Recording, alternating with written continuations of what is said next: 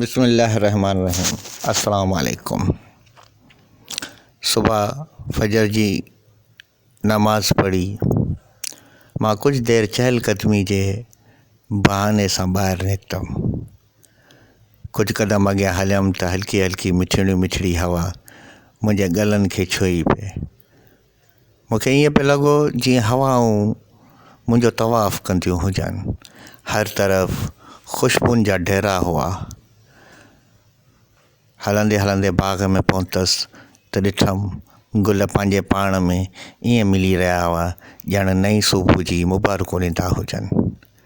वणनि जा पता हिक ॿिए सां टकराए हिकु मौसीक़ी अहिड़ी पैदा करे रहिया हुआ जंहिंसां रूह ॾाढो ख़ुशि पिए थियो।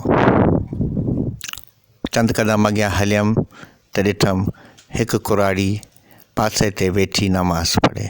मां हैरान हुअसि त पार्क आहे, बाग़ आहे, कुराड़ी आहे, इहो कीअं मुमकिन आहे। मां थोरी देरि सब्र करे पासे ते वेही रहियसि। कुराड़ी कुझु देरि नमाज़ पढ़ण खां पोइ जॾहिं तस्बीह खणी वेठी त मां कुराड़ी जे वेझो वियुसि। कुराड़ी मूं ॾांहुं नज़र वराए ॾिठो ऐं वरी पंहिंजी इबादत में मसरूफ़ थी वई। मां पुछियोमांसि अमा केरु आहे? मुस्कुराईंदे मूं ॾांहुं ॾिठईं। सुञातो न अथई अबा? मुंहिंजो न अमा।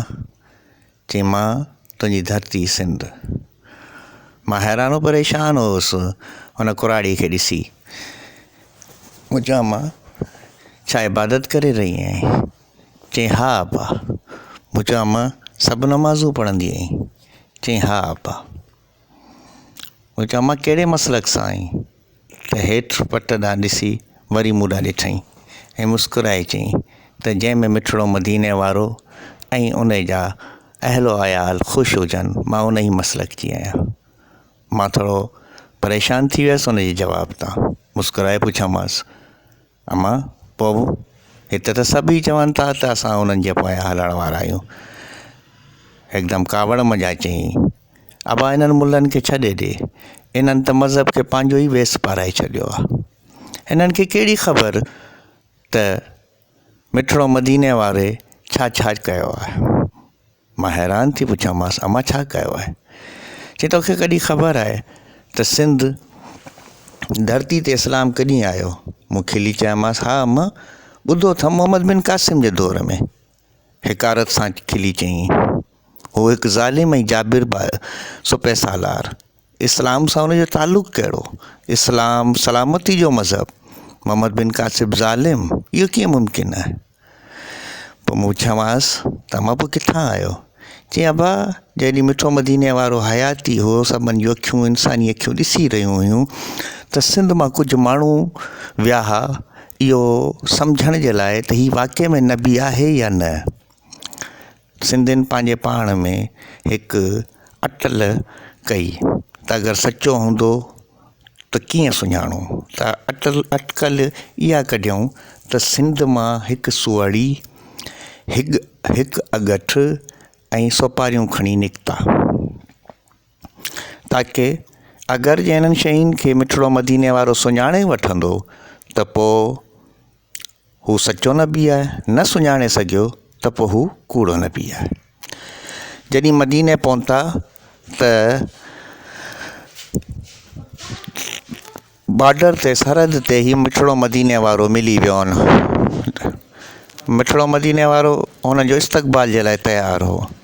सभु हैरान परेशान हुआ त हीउ कीअं मुमकिन आहे। जॾहिं सिंध जा सिंधी चरिया हुते पहुता त मिठड़े मदीने वारे सभिनि खे सिंधी मंझि आओ भगत करे चयूं भली करे आया। त सभु सिंधी हैरान थी विया हलिया त हीउ कीअं मुमकिन आहे त अरब में रहंदड़ माण्हू असांजी सिंधी पियो ॻाल्हाए। तमामु ख़ुशि थिया ऐं ख़ुशी मंझां झूमण लॻा। तेसीं मिठड़े मदीने वारे चयनि अच्छा मुंहिंजा जेके तोहफ़ा त खणी आया आहियो मूंखे त ॾियो। त सभु हैरान थी विया। जंहिं वटि अगठि हो उन ॾांहुं इशारो करे चयईं तो वटि मुंहिंजो अगठि आहे मूंखे ॾे। जंहिं वटि सुवड़ी हुई ओॾे ॾांहुं इशारो करे चयईं तो ॾांहुं सुवड़ी आहे मूंखे सुवड़ी ॾे। जॾहिं सोपारियूं हुयूं त ओॾे ॾांहुं इशारो करे चयईं तो वटि सोपारियूं आहिनि मूंखे सोपारियूं ॾे। पोइ उहो वफ़द हिकु वॾो अरसे ताईं मिठड़े मदीने जी ख़िदमत में रहियो। वस्सलाम, बाक़ी क़िस्त कल इंशाअल्लाह।